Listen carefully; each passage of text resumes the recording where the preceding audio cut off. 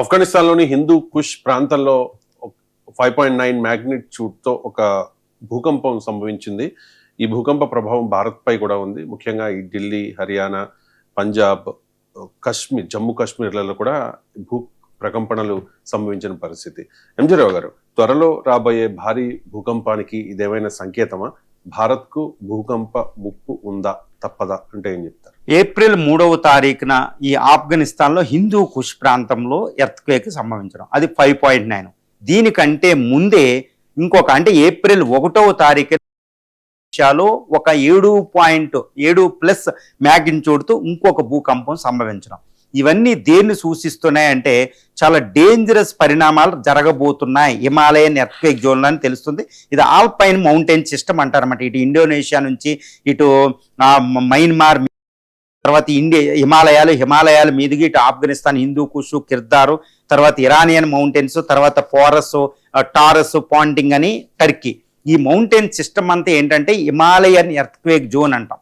ఇప్పుడు ఈ హిమాలయాల్లో ఒక ఎర్త్క్వేక్ వచ్చి 1934లో అతిపెద్ద రావడం, తర్వాత నార్త్ ఈస్ట్లో జరగడం ఇప్పుడు జియాలజిస్టులు అంటే ఇప్పుడు భూకంప శాస్త్ర నిపుణులు అనేది ఏంటంటే ఇండియాలో ఒక అతిపెద్ద భయానకమైన ప్రళయ భూకంపం అనేది ఒకటి పెండింగ్లో ఉంది. ఎందుకంటే హిమాలయ అనేది fastest growing mountain system on the earth surface అండి. అతిపెద్ద మౌంటైన్ సిస్టమ్ అంటాం, ఫాస్టెస్ట్ గ్రోయింగ్ మౌంటైన్ సిస్టమ్ హిమాలయాలు అనేది. ఎందుకంటే హిమాలయాలు అనేది ఎందుకు రైజ్ అవుతుందంటే according to plate tectonics theory అనేది ఒకటి ఉంటుంది అనమాట. అంటే పలక నిరూపక సిద్ధాంతం అనేది ప్లేట్ టెక్టానిక్. ఈ ప్లేట్ టెక్టానిక్స్ థియరీ ప్రకారం ఏంటంటే హిమాలయన్ అనేది ఒక అతిపెద్ద భూకంపాలు ఎక్కువ సంభవించే ప్రాంతాల్లో ఒకటి అనమాట. ఇది భూకంపాలు వచ్చేది, ఎర్త్క్వేక్స్ వచ్చేది. ఇది ఎందుకు హిమాలయాలు రైజ్ అవుతుందంటే కింద ఉన్న ఇండో ఆస్ట్రేలియన్ ప్లేటు, నార్త్లో ఉన్న యురేషియన్ ప్లేటు, ఈ రెండు అక్కడ కొలైడ్ అవుతాయి అనమాట. ఒకదానికొక ఢీకొనడం వల్ల ఈ యొక్క యురేషియన్ ప్లేటు అనేది ఏంటంటే లైట్గా ఉంటుంది, ఇండో ఆస్ట్రేలియన్ ప్లేటు చాలా బరువుగా ఉంటుంది. కాబట్టి దాని కింద సబ్డక్ట్ అవుద్ది, తద్వారా సబ్డక్ట్ అయ్యి పైకి హిమాలయాలు లెగిస్తూ ఉంటుంది. ఇక్కడ ఎర్త్క్వేక్ అంటే ఎక్కువ యాక్టివ్ జోన్ అనమాట. ఎర్త్క్వేక్లు సంభవిస్తాయి. ఇలాంటిది అతిపెద్ద ఎర్త్క్వేక్ నార్త్ ఇండియా. ఇప్పుడు బ్యూరో ఇండియన్ స్టాండర్డ్స్ ప్రకారం ఇండియాలో 6 ఎర్త్క్వేక్ జోన్స్ రీసెంట్గా మళ్ళా పునర్విభజన చేయడం జరిగింది. దీని ప్రకారం ఏంటంటే ఈ 6th జోన్ అనేది హిమాలయ ప్రాంతంలో ఉంటుంది. ఈ 5th జోన్ అనేది ఢిల్లీ, ఉత్తరప్రదేశ్, ఈ నార్థర్న్ ఇండియా ఉంటుంది అనమాట. తర్వాత 4th zone, 5th zone, 4th zone వరకే ఎక్కువగా చాలా తీవ్రతంగా ఉంటుంది. 1, 2, 3 ఏంటంటే సౌత్ ఇండియాలో అంత తీవ్రంగా ఎర్త్క్వేక్లు రావు. కాబట్టి ఒక ఎర్త్క్వేక్ ఇటు ఆఫ్ఘనిస్తాన్ దగ్గర, ఇండోనేషియా దగ్గర సంభవించింది రీసెంట్గానే. గత 4 సంవత్సరాలుగా చూస్తే అక్కడ నేపాల్, భూటాను, తర్వాత మయన్మార్ ఎర్త్క్వేక్, తర్వాత ఇటు థాయిలాండ్ ఎర్త్క్వేక్, మలేషియా, ఇవన్నీ మనం చూసాం అనమాట. కానీ ఒక అతిపెద్ద ఎర్త్క్వేక్ ప్రతి 150 సంవత్సరాలకి సంభవిస్తూ ఉంటుంది హిమాలయాలో. అంతకుముందు హిమాచల్ ప్రదేశ్ కాంగ్రాలో, జమ్మూ అండ్ కాశ్మీర్లో ఎర్త్క్వేక్ రావడం, బీహార్లో ఎర్త్క్వేక్ రావడం, నార్త్ ఈస్ట్లో అస్సాంలో రావడం మనం చూసాం. మరి ఒక ఎర్త్క్వేక్ ఇప్పుడు హిమాలయన్ జోన్లో ఎక్కడ రాబోతుంది అంటే నార్థన్ ఇండియన్ ప్లేన్స్లో వచ్చినా, లేకపోతే హిమాలయాల్లో సంభవించిన, భారతదేశానికి సంబంధించిన హిమాలయాల్లో అది నదుల గమ్యస్థానాలు మారడం, కొన్ని లక్షలాది ఇళ్ళు కోల్పోవడం, ఇవన్నీ జరుగుతాయి. తర్వాత నార్థన్ ఇండియన్ ప్లేన్స్ కూడా ఒండ్రు మట్టితో ఉంటుంది, స్పాంజ్ లాగా. అది కూడా గ్రౌండ్ వాటర్ ఎక్కువ ఉంటుంది. కాబట్టి రాకీ టెర్రైన్ కాదు సౌత్ ఇండియా లాగా. కాబట్టి ఎర్త్క్వేక్ ఎంత 6 అబౌవ్ ఎర్త్క్వేక్ వచ్చిందంటే నార్థన్ ఇండియన్ ప్లేన్స్లో దాని యొక్క అన్ఇమాజినబుల్ అనమాట, డిస్ట్రక్షన్ ఉంటుంది, ప్రళయం వచ్చినట్టు ఉంటుంది. తర్వాత నార్థన్ ఇండియాలో ఇప్పుడు ప్రస్తుతం చూస్తే 25% నార్థన్ ఇండియన్ ప్లేన్స్లో, భారతదేశంలో 70 కోట్ల మంది పాపులేషన్ ఉంటుంది. అందులో వరల్డ్స్ లార్జెస్ట్ సిటీ ఢిల్లీ ఉంటుంది, ఢిల్లీ అర్బన్ ఏరియా ఉంటుంది. తర్వాత జమ్మూ నుంచి పంజాబ్, లూథియానా, ఈ సిటీస్ నుంచి, జైపూర్ నుంచి ఇక్కడ చూడండి అప్ టు కలకత్తా వరకు, లక్నో, కాన్పూర్, ఈ సిటీలు అన్నీ ఉంటాయి. 70 కోట్ల ఉంటుంది అనమాట.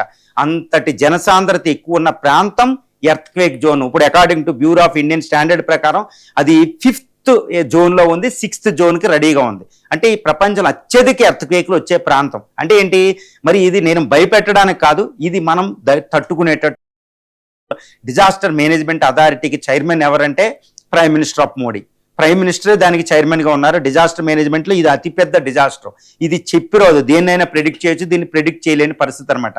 అంటే ఇండియా అత్యధిక సాంద్రత ఉండడం, ఒండ్రుమట్టి నేలలు ఉండడం, వేల కొద్ది నదులు, చిన్న చిన్న రివర్లతో వేల కొద్ది నదులు, కోసి లాంటి గమ్యస్థానాలు మార్చుకునే నదులు ఉండడం, తర్వాత ఈ యొక్క మన ఇండియాలో కట్టే బిల్డింగ్లు ఎర్త్క్వేక్ కోడ్ ద్వారా జపాన్ లాగే ఇక్కడ మనం కట్టం.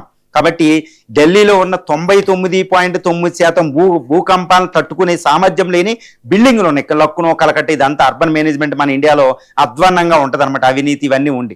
కాబట్టి ఇలా ఉండడం, వీటి వల్ల మోర్ దెన్ 6th మ్యాగ్నిట్యూడ్తో ఎర్త్క్వేక్ సంభవిస్తే మాత్రం అక్కడ డిస్ట్రక్షన్ ఉంటుంది అనమాట. ఒక ప్రళయం, ఒక డూమ్స్డే వచ్చినట్టు ఉంటుంది అనమాట. కొన్ని కోట్ల మంది ప్రజలు ప్రాణాలు పడుతారు, కొన్ని బిలియన్ డాలర్స్ అక్కడ నష్టపోతాం మనం. తర్వాత ఇండియా కూడా గ్రోత్ మూమెంటం అనేది డీరైల్ అయిపోతుంది అనమాట. కాబట్టి ఒకటే, ఇండియా అనేది చైనా పాకిస్తాన్తో యుద్ధం చేసిన దీర్ఘకాలికం, లేదా ఎర్త్క్వేక్ లాంటిది వస్తే మన ఇండియా 2 దశాబ్దాలు 3 దశాబ్దాలు వెనక్కి వెళ్ళిపోతుంది. ఇండియా సూపర్ పవర్ శక్తి ఉన్నవి 2, ఇండియా చైనాల మధ్య యుద్ధం, డిజాస్టర్స్ వారు, లేదా ఎర్త్క్వేక్, ఒక disasters earthquake in northern India. కాబట్టి కొన్ని కోట్ల మంది ప్రాణాలు ఆపదలో ఉన్నాయి. తర్వాత అర్బన్ డెవలప్మెంట్, ఈ ఢిల్లీ లాంటి సిటీలే డేంజర్లో ఉన్నాయి. కాబట్టి అక్కడ ఆల్రెడీ దాని యొక్క ఎర్త్క్వేక్ రావడానికి కావలసిన ఫోర్సు ఈ హిమాలయన్ లోవర్ లేయర్స్ లో ఆల్రెడీ అక్కడ ఒక స్థిరీకరణ కేంద్రీకృతం ఉంటేనే అది సంభవిస్తూ ఉంటాయి. కాబట్టి ఇటు ఆఫ్ఘనిస్తాన్, మన ఇండియా చుట్టూరు వచ్చే 4 క్వేక్స్ అనమాట మనకి వార్నింగ్ ఇస్తున్నాయి. So India, it is the time to take the precautionary measures. Disaster మేనేజ్మెంట్ని ఇంకా సంసిద్ధం చేయాలి, ప్రజల్లో అవగాహన కల్పించాలి. ఇక్కడ నుంచైనా ఎర్త్క్వేక్ కోడ్తో బిల్డింగ్స్ మనం నిర్మించాల్సిన పరిస్థితి ఉంటుంది. తర్వాత రివర్ ఫ్లడ్ మేనేజ్మెంట్ ఇవన్నీ తీసుకోవాలి. ఒకవేళ ఇన్ కేసు ఎర్త్క్వేక్ వస్తే సహాయ చర్యలు, రిలీఫ్, రెస్క్యూ ఆపరేషన్స్ ఎలాగో, ఈ సహాయం ఎలాగా, ఈ కమ్యూనికేషన్స్ ఎలా, ఇవన్నిటినీ చర్యలు తీసుకోవాల్సిన అవసరం ఇప్పుడు మనం చర్యలు తీసుకోవాలి. అది వచ్చిన తర్వాత ఏమీ చేయలేని పరిస్థితి అనమాట. కాబట్టి ఇట్ ఈస్ ఇప్పుడు జమ్మూ అండ్ కాశ్మీర్, ఢిల్లీ దగ్గర వచ్చే చిన్ని ఎర్త్క్వేక్లు, ఇండోనేషియా నుంచి మన చుట్టూరు వచ్చే ఆల్ఫైన్ ఎర్త్క్వేక్స్ అనేది మనకి డేంజరస్ సిగ్నల్స్ ఇచ్చేవి. చాలా కేర్ఫుల్గా national disaster management authority steps తీసుకోవాలి.